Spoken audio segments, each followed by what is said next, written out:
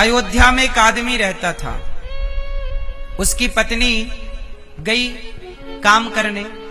जब काम करके लौटी तो वो शाम के टाइम बारिश होने लग गई। सरयू जी में पानी बढ़ गया। तो रात को धोबी भाई साहब की पत्नी केवट के यहां रुक गई। सवेरे जब पत्नी पहुंची घर तो धोबी भैया ने पूछा कि कहां थी। तो पत्नी ने कह दिया कि मैं रात को कैसे आती, पानी बरसने लग गया, नाव चल नहीं सकती थी, तो मैं केवट भैया की पत्नी के साथ रात्रि को सो गई उनके घर पर। तो धोबी भैया ने कहा कि अब हम आपको स्वीकार नहीं करेंगे, क्योंकि हम कोई राम थोड़ी हैं जो रावण के घर सीता रहे और राम ने स्वीकार कर लिया। लो भैया, एक धोबी भाई साहब ने कह दिया कि मैं स्वीकार नहीं करता अपनी पत्नी को। अब तो ये बात हवा की तरह फैल गई। सारी प्रजा कहने लग गई कि बात तो ठीक है, रावण के यहां सीता मैया थी, पता नहीं शुद्ध हैं कि अशुद्ध हैं। लोगों ने बताया कि भाई उन्होंने तो अग्नि परीक्षा दे रखी है लंका में। जब वो वापस आई थी तो उन्होंने अग्नि परीक्षा दी थी। तो लोगों ने कहा कि हमने थोड़ी देखी थी, हमने तो देखी नहीं, हम कैसे माने। अब अयोध्या की प्रजा मानने को तैयार नहीं है। सीता मैया के चरित्र पर लांछन लगाना चाहती है प्रजा। तब ये बात जब राम को पता चली कि प्रजा कह रही है कि सीता मैया गलत है, रावण के यहां से आई हैं, तो राम जी ने सीता मैया से कहा कि सीता, तुमने इतनी परीक्षाएं दी हैं, एक परीक्षा और दे दो। प्रजा कह रही है कि सीता मैया परीक्षा दे देंगी तो हम मान लेंगे कि सीता मैया पवित्र हैं। तो राम जी ने कहा, सीता आप परीक्षा दे दो, हमें तो विश्वास है। अच्छा, राम को तो सीता पर डाउट नहीं था ना, संदेह नहीं था। संदेह किसे हो गया? जोर से प्रजा को। तो राम जी ने कहा, सीता प्रजा को संदेह हो गया है, आप एक काम करो, अग्नि परीक्षा दे दो। तब सीता मैया बोली कि हे राम, मैं अग्नि परीक्षा तो दे दूंगी, लेकिन अब आप बताओ कि जो प्रजा मुझ पर भरोसा नहीं करती, मैं अग्नि परीक्षा देकर पवित्र हो भी जाऊं, पास हो भी जाऊं, तो अब आप बताओ।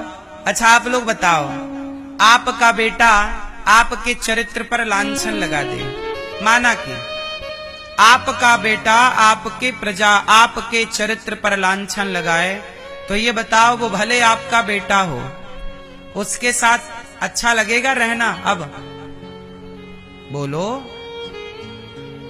आदमी उसके साथ ही तो रहता है जिसके साथ भरोसा हो।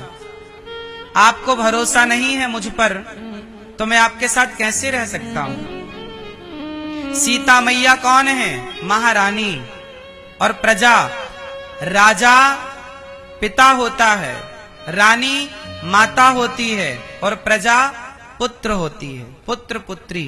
क्यों जी, बात सही है? सीता माता जगत जननी है, जगत की माता है, और सीता मैया की प्रजा कौन है? पुत्र के समान। सीता मैया की प्रजा कौन है? अब पुत्र को संदेह हो गया कि हमारी माता गलत है, तो सीता मैया को लगा मैं परीक्षा देकर पवित्र तो हो जाऊंगी, लेकिन मैं ऐसी प्रजा के साथ अब रह ना पाऊंगी, क्योंकि आपको हम पर भरोसा ही नहीं है। तब सीता मैया ने राम से कहा कि हे राम, मैं अग्नि परीक्षा अभी नहीं देती, अभी मेरे पुत्र बच्चे पेट में हैं, आप पिता बनने वाले हैं। यदि मैं अब मुझे रहना ही नहीं है ऐसी प्रजा के साथ। सीता मैया बोली, अब मैं जा रही हूं। राम जी बोले, कहां? बोले, अब मैं अपनी लीला पूरी करके अब मैं जाऊंगी, मुझे नहीं रहना ऐसे लोगों के साथ। राम जी बोले, ना सीता, आप मत जाओ, सीता मैया बोली, अच्छा मेरे गर्भ में आपके पुत्र हैं, मैं पहले पुत्रों को जन्म दे दूं और जन्म देकर के उन्हें पाल पोस कर संस्कारवान बना दूं, फिर मैं जाऊंगी। तो राम जी बोले कि इतने दिन आप रहोगी कहां? अयोध्या में रहोगी तो लोग आपको नाना तरह तरह की बातें कहेंगे। तब सीता मैया ने कहा कि राम, मुझे अयोध्या में अब नहीं रहना, मैं गर्भवती हूं, मैं चाहती हूं कि मेरे बच्चों का जन्म राजमहलों में ना हो, मेरे बच्चों का जन्म किसी साधु की कुटिया में हो, ताकि बच्चों के भीतर संस्कार साधु संतों के तरह हो, हमारे बच्चों के अंदर संस्कार दिव्य हो।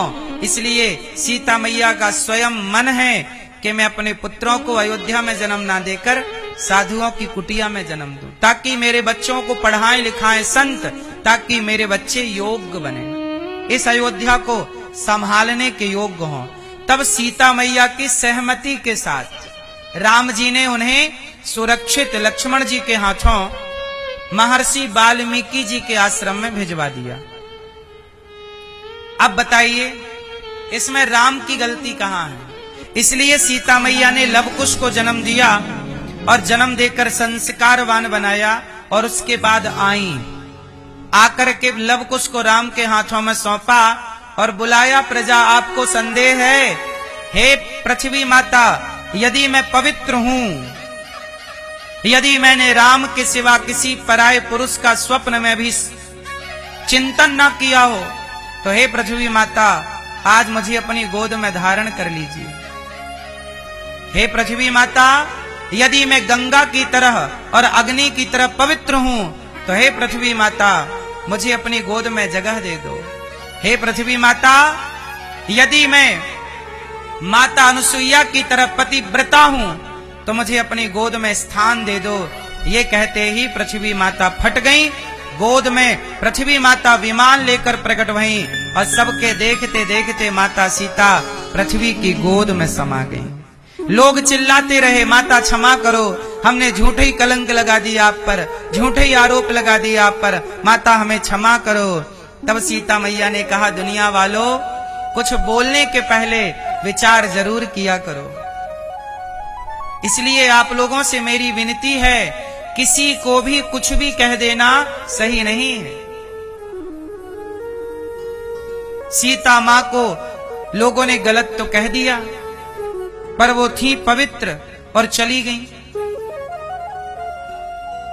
अब मुझे आप लोग बस इतना बता दो कि राम जी की इसमें पूरे प्रसंग में, पूरी बात में राम जी की गलती कहां है कहीं? आपको राम जी का दोष नजर आया कहीं? राम जी तो मजबूर हैं। राम जी क्या करते? यदि पत्नी की बात मानते, मतलब राम जी कह देते कि धोबी तू गलत कह रहा है, मेरी सीता सही है, मुझे सीता पर पूरा भरोसा है। अच्छा, राम जी को तो भरोसा था ही, राम जी कह देते कि सीता सही है और राम जी ना भेजते वनवास, तो क्या प्रजा कहना बंद कर देती? बोलो, प्रजा बंद कर देती कहना? लोग क्या कहते कि राम जी तो परिवार की बात सुनते हैं, प्रजा की बात से तो कोई मतलब नहीं। इसलिए राम जी ने परिवार को सर्वोपरि नहीं रखा। राम जी ने कहा कि राजा वही अच्छा है जो प्रजा के लिए परिवार का त्याग कर सके, जो परिवार का त्याग कर सके। किसके लिए? बोलो, जो बोलो, प्रजा के लिए किसका त्याग कर सके? बोलो जोर से, परिवार का। अब एक राजा है राम, जिन्होंने प्रजा के लिए परिवार का त्याग कर दिया। अब दूसरे राजा हैं धृतराष्ट्र, जिनका खुद का बेटा भरी सभा में एक नारी के, जो नारी दुर्योधन की रिश्ते में सगी भाभी लगती है, दुर्योधन की क्या लगी? द्रौपदी सगी भाभी। एक दुर्योधन है जो अपनी भाभी के कपड़े उतरवा रहा है दुशासन के हाथों, और राजा धृतराष्ट्र बैठे तमाशा देख रहे हैं। महाभारत किसकी गलती से हुआ?